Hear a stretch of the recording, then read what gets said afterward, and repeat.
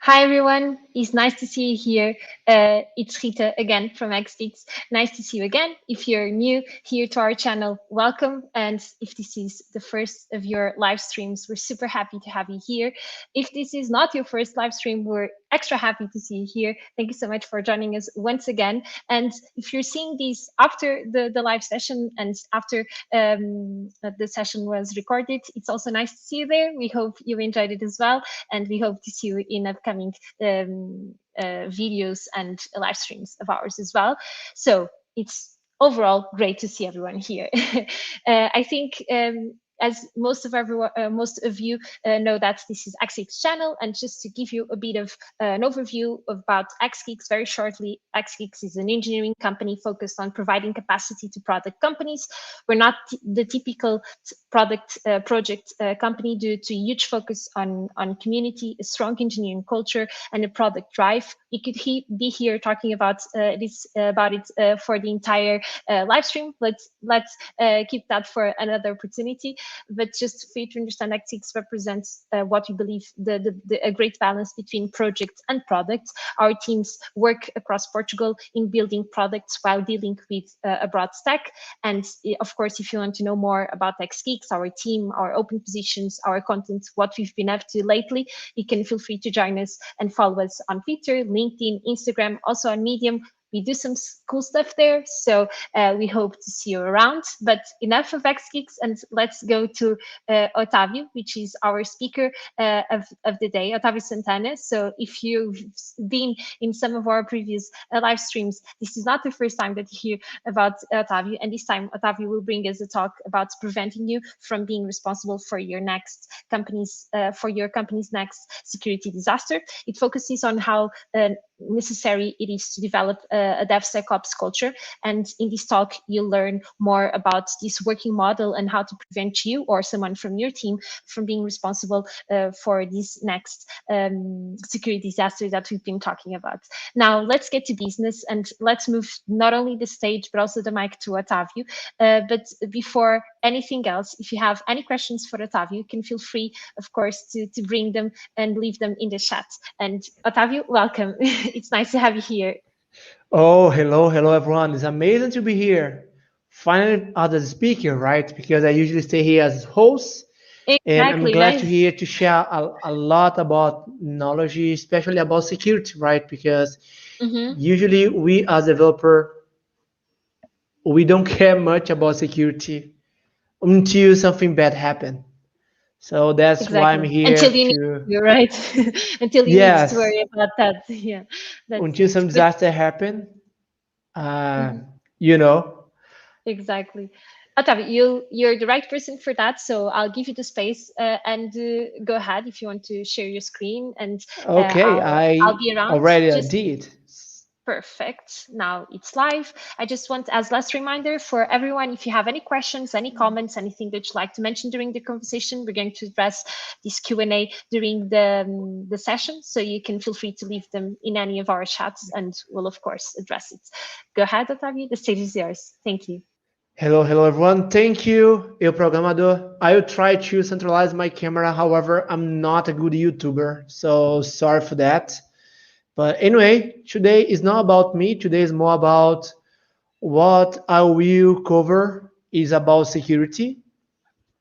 Today I will talk a little bit more about preventing your for being the responsible for your company next security disaster, because that usually happen and nobody knows why, right? So usually there's several legend behind that.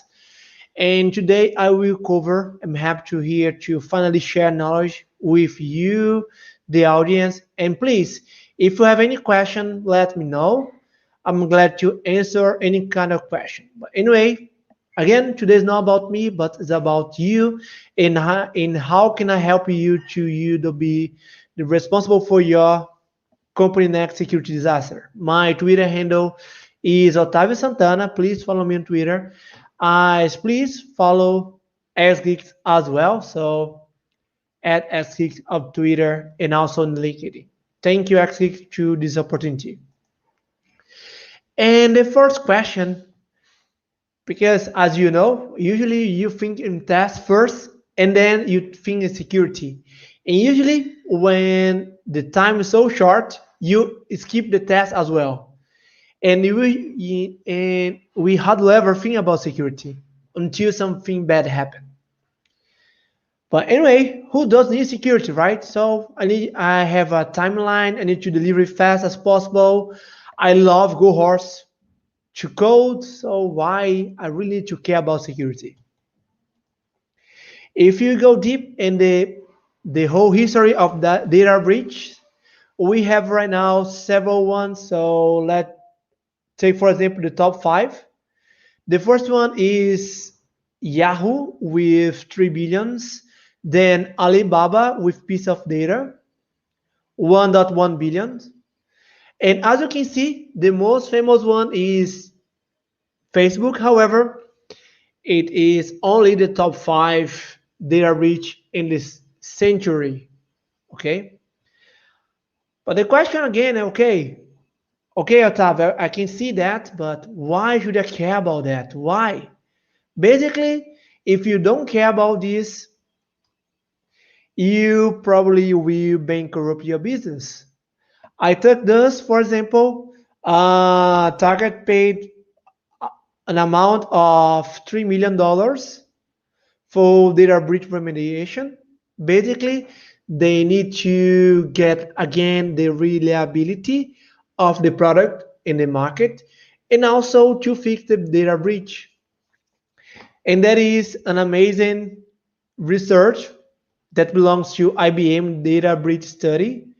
And they believe in average $7 million of dollars to each data breach happen in the world. So sometimes you might do a bankrupt in your business just because you forget of a small detail of your code.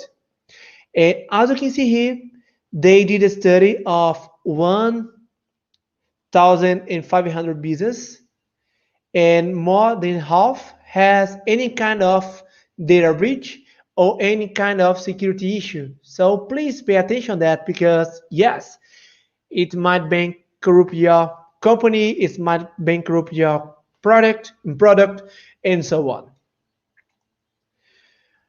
And usually when you talk about security, you imagine something so fancy and so hard to understand. However, let's tell you, to understand security, I will show to you a simple word, CIA, confidentiality, integrity, and availability. Confidentially is about I need to make sure the right person receive the right information. Integrity is I need to make sure that the right information is in the right person if without any corruption message, if without any impact. And availability is basically I need to make sure that the information is there when the receiver are able to read. Again, confidentially is about I need to make sure the right person receive the right information and only this person is able to read that information. Integrity, the second one, is about I need to make sure that nobody changed the message, the original message. And the last one, availability. I need to make sure the message is in the right time to the right person. Okay? CIA, confidentiality, integrity, and availability. So basically, with three words, you have a nice and fence enough security to avoid any kind of disaster. And another point about security is usually when you talk about data breach or any kind of security that might happen, the people usually think about, okay, I did a huge mistake. However, that's not true. Usually, the small mistake result in a big consequence. The most popular ones are code vulnerability and operation vulnerability. I usually use the Titanic sample here because this giant boat uh, broke in the ocean just because a small key. It's impossible to believe it, right? It's unbelievable. But why? Basically, in the past, they had one captain and they decided to replace that captain. However, the old captain had a key who has access to the storage place. Once this old captain was not able to deliver the key to that storage, the watcher person was not able to use the binoculars. And because of that, they was not able to see the iceberg in distance. Therefore, only because this small key, it result a huge consequence of the Titanic disaster. So think of it again when you talk about security issue. Usually that belongs to small mistakes, especially those two ones. Code vulnerability, when I put any kind of vulnerability with or if without intention on my inside my code, and operation vulnerability is when the operation guy or the operation people decide to forget some small detail, and as consequence a huge disaster. So avoid that your product does not become a new Titanic. But let's go deep on that. There is an amazing study that belongs to OSP, in that say that 3 of 4 application has any kind of code vulnerability. Those are the special ones, so injection, cross-site scripting, buffer overflow, broken authentication, sensitive data exposure, broken access control. So again, 3 out of 4 application has any kind of security issue. That's a huge number, right? And the second one, operation vulnerability, is when I forget some small detail on the database, on my Docker or my Kubernetes, any kind of thing. Last year, if I don't forget, I wrote an article about the research. It's basically the title was "No SQL does not mean no security." Was about this research. Basically, 3 out of 4 application NoSQL database, especially the Redis, is open and infected. Basically, this Redis server has a an IP public if without user and passwords.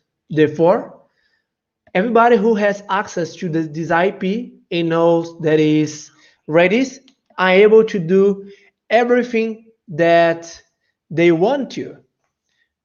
And those two are the most popular operation vulnerability. The first one, as I mentioned before, this case of Redis, I put in a public IP default user or my Tomcat, my Tommy, or any kind of database, or for some reason I just put I rename the user and the password. However, I put a weak username and password. For example, the most popular ones like root and as password 12345 6.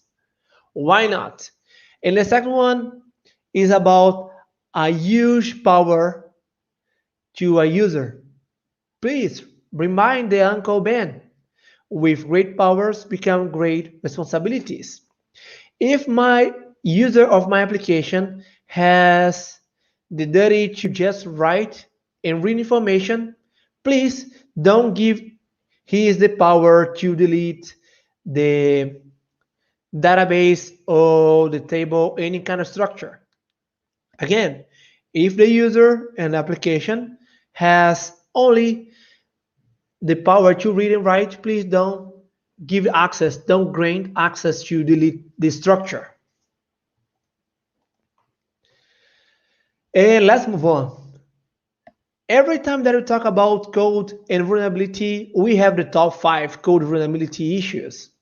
Especially to us, Java developer, however, it is not only to Java. So you can think about Go, Java, Kotlin, any kind of language that usually are used to Microsoft's era.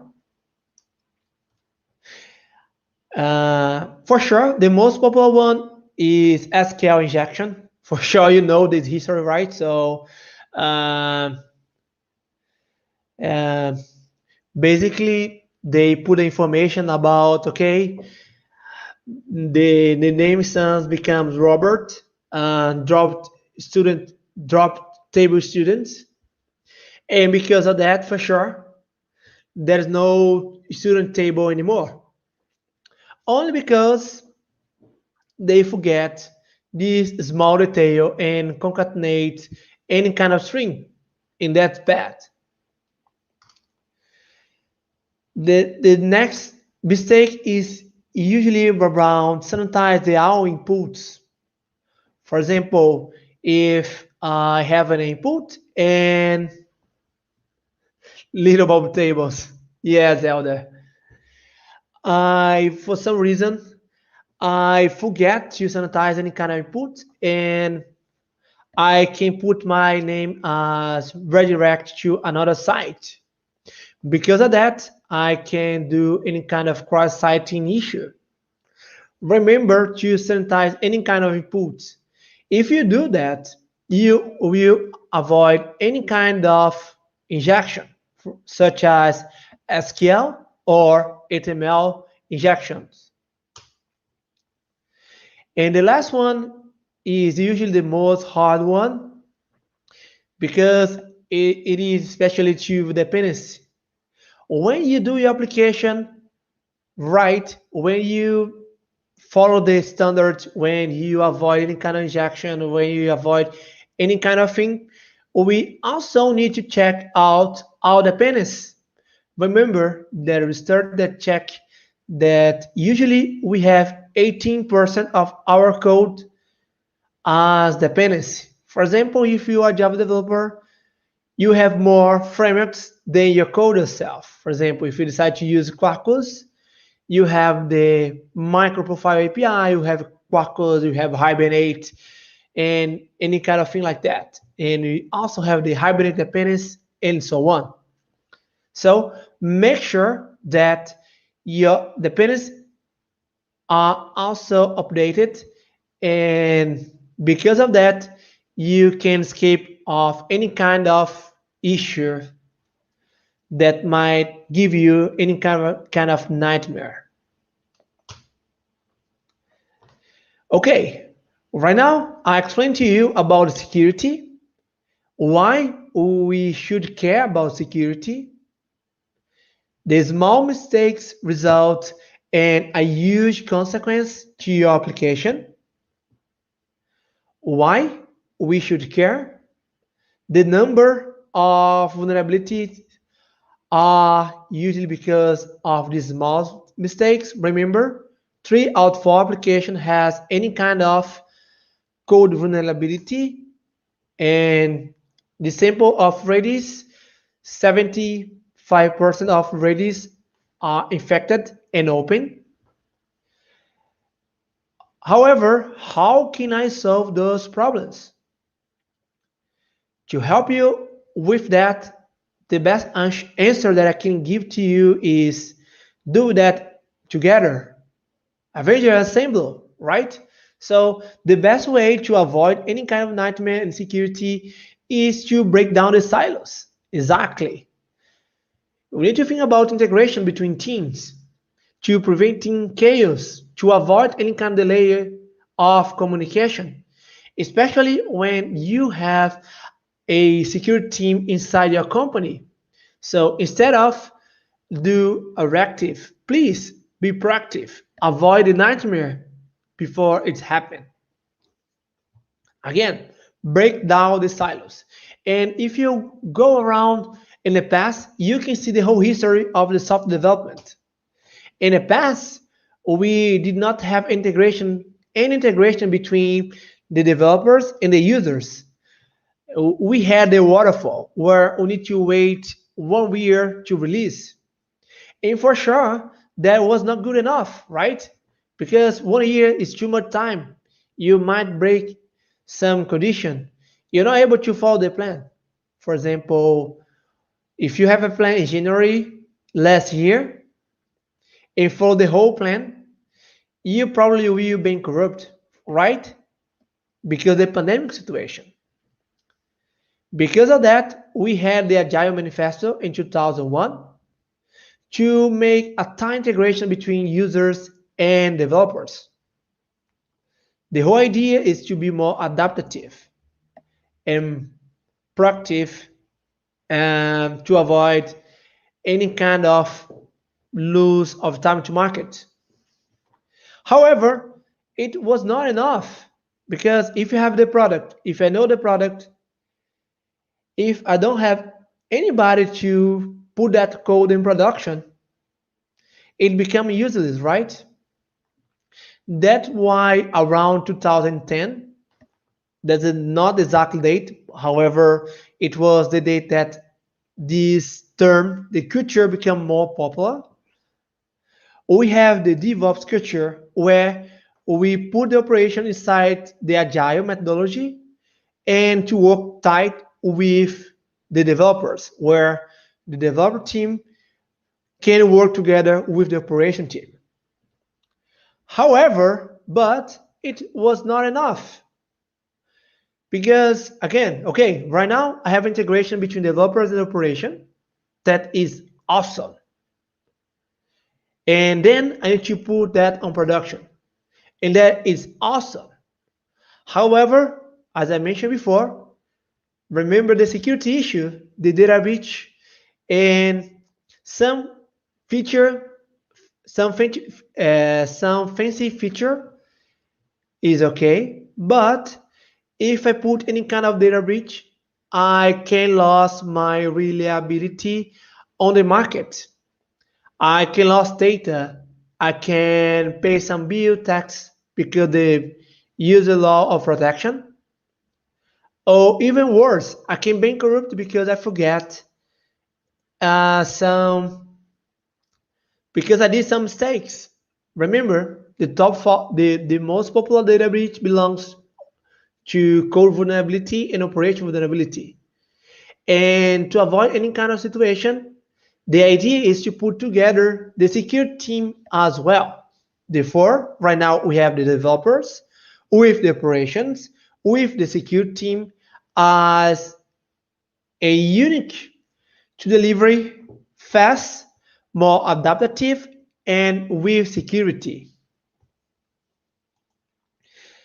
However, what does mean this DevSecOps? Uh, as a new trend name, there are several definitions. I don't want to go deep on those definitions. However, if you see any of those approach, that's okay because right now, as cloud native, everybody has your own definition, and with the time, you will have more mature of the idea to have just one. Especially because the DevSecOps is a methodology where everybody are working on that. And then I put three bibliography. The first one belongs to Glenn Wilson and to him. Glenn, DevSecOps is when DevOps is done secretly. The next one is hands-on security in DevOps. Basically, DevOps has provided quality benefits with continuous development integrations. As next step, the DevSecOps is going to deliver that with security. And to Red Hat with this blog post, whatever you call it, either DevOps or DevSecOps, Both are about security, especially when you think about security, because security matters to us all the time. So two Red Hat, DevOps and DevSecOps are the same. One good definition that belongs to DevSecOps is layer security. Basically, the whole idea is to, okay, I need to think security the whole time, layer by layer or tier by tier. In that, we start with the user itself, because if I have a fancy sys operation updated with antivirus and malware firewall, a lot of stuff, if my user put a weak password or the user put his password inside the notebook, even a hard one to memorize, uh, the user will break the whole security system. Especially because, okay, you have several layers and the user give the passwords for free to somebody else. And you need to think about that, especially when you think about the DevSecOps. So common sense, especially that belongs to user, behavior broker to the operations team, the protection, the developers, and so on. There are several approaches that belongs even before the cloud native and DevOps and DevSecOps that is still valid to security. The most popular one for sure is the 12-factor application. I like to highlight that it's even before the AWS, because it was inspired in this book here, Pattern of Enterprise Application Architecture by Matt Fowler.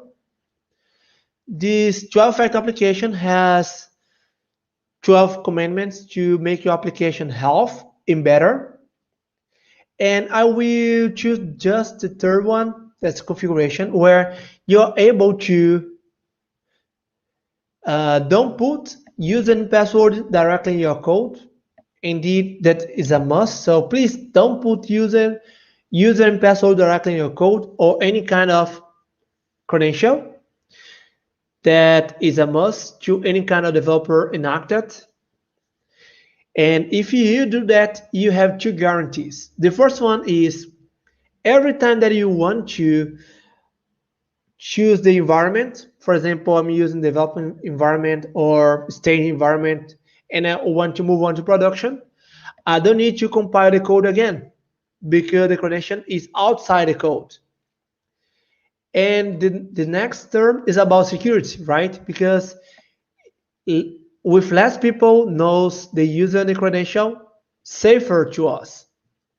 And for sure, put the security in the credential public in any kind of repository is not good. If you want to go deeper in security, you also, if you use the 12-factor application, you are able to, for example, replace or update the user and password every 3 hours, especially because the application does not know the user and password on real time. It will read any kind of system environment. Therefore, if you change this user and password every 3 hours, it will read this information and then replace and update the database. You have this power to make your application more safer using that. And yes, tools, right? Because you need to bring in mind that everything that you must to remember, we will forget, right? As any kind of developer. That's so trivial. That's why we have unit tests. You have CI. Because if you need to remember, we will forget. And security, it happened the same thing. You need to have security tools to make our life safer and happier. And remember, we are talking about DevSecOps. Automation is the main core of DevOps. Therefore, it must be a core for DevSecOps. Therefore, I need to think about the automation of tools and security as well. I must have tools to decrease the security issues in data breach, to identify the vulnerabilities, to monitor the bugs, to avoid any kind of security issues, right? Again, remember, everything that I must remember, I will forget. Please use tools. Please use unit tests, integration tests. You don't need to remember. The test will remember to you. The tool will remember you about any kind of thing like that. There are several security tools to make your life happier and safer. You have tools to analyze your code, your start code or runtime code. Today here I will show only one tool that will cover uh, the two statically. That is Horosek.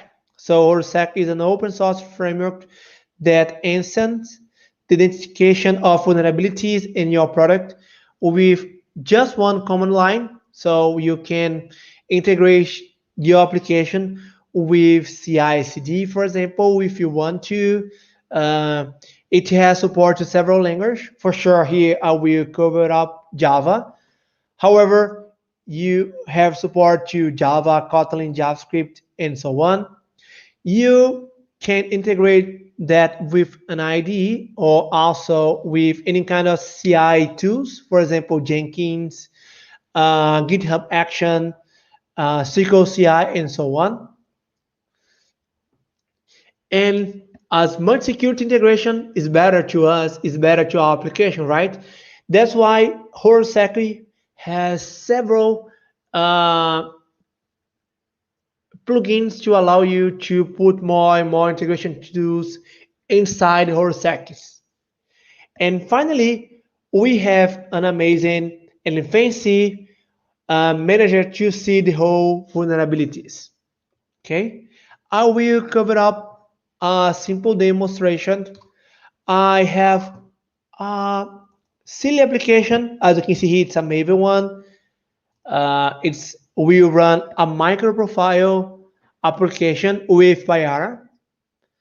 But as you can see, it's provide micro profile 4.1 and Jakarta web application are using Payara because I enjoy this implementation. I'm using that with Java 11. It's basically a hello world with some issues, okay? And what I will gonna do? I will run Horosek here in my command line. So I will increase the font, but basically what I'm doing, I start the Horosek application with a single command line, and I will run Horosek start slash p equals dot, where I will scan my current path to check vulnerabilities, and slash a with my token. I will cover that up later, but basically the idea here is to scan the dependencies and vulnerabilities and then show that in any kind of, not any kind of, but in the manager itself. So Orseki will scan that up, this application. I will just show to you, I put some silly issues just to make more. Okay, I will increase the size of the font. Don't worry. So let's put here 45, 25, sorry. And as you can see here, I put my application with request scope with password equals password. And then I put my hello world here with sterilization. For sure, I have several integration with Java, and if you want, you can include even more. You can integrate with more security tools. Um, those are just silly samples. It will cover the whole code to check the dependency and anything like that. Because I did that, I have my fancy dashboard that is Horosek Manager, where I will see. So I have my application, and then I have my dashboard. And as you can see here, I run and scan my vulnerabilities. And I have two critical vulnerabilities and one high vulnerability here.